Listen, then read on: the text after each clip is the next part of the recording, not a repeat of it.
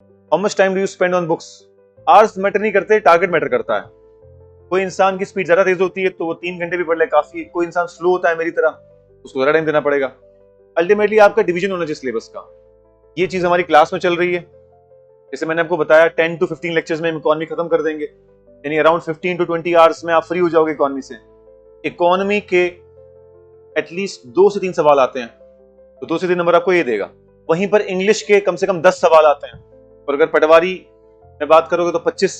वो सब्जेक्ट आसान है, उसमें मार्क्स आना आसान है। तो सिलेबस को देख के, जो कॉमन सिलेबस है मैंने अपलोड कर दिया हमारी ऐप पे, नए तहसीलदार का सिलेबस कॉमन मान के चलो आप, उसके बेस पे तैयारी करो, वही प्लस माइनस बाकी सिलेबस भी होगा।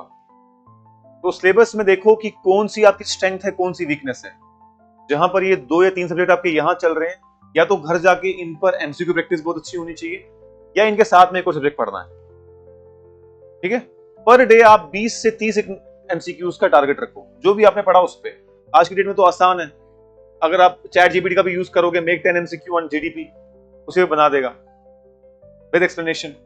तो आपको कम से कम 20 से 30 एमसीक्यू, अगर आपके 2 टॉपिक चले तो 15-15 दोनों एमसीक्यू जो भी आपने पढ़ा उस पे। 3 टॉपिक्स चल रहे हैं, 3 सब्जेक्ट चल रहे हैं, तो 10-10-10। और इन एमसीक्यू को जहां पर भी आप जनरेट करोगे, जहां से भी करोगे, उनको पीडीएफ बना के प्रिंट आउट करके अपनी फाइल में ऐड करना।